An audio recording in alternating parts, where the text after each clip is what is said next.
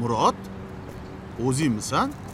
Iye, o'rtoq, tuzingmisan? Charchamayapsanmi ishlar bilan? Ha, rahmat, yaxshi. Bu yerlarda nima qilib turibsan?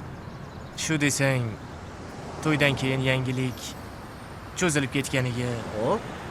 mana shu yerdagi shifoxonaga qatnayapmiz. Bugun ko'rik kuni edi. Shunga kelgandim.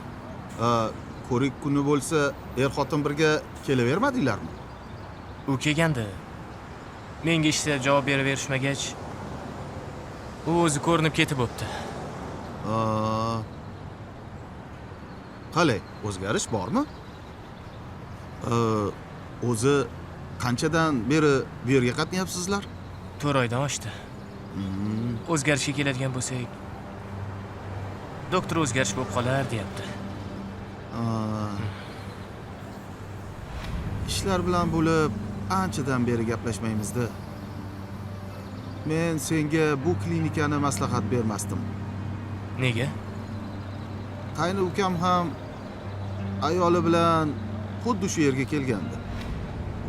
Bu yerni juda yaxshi bilamiz. Bo'lmaydi. Nimasi bo'lmaydi deysan?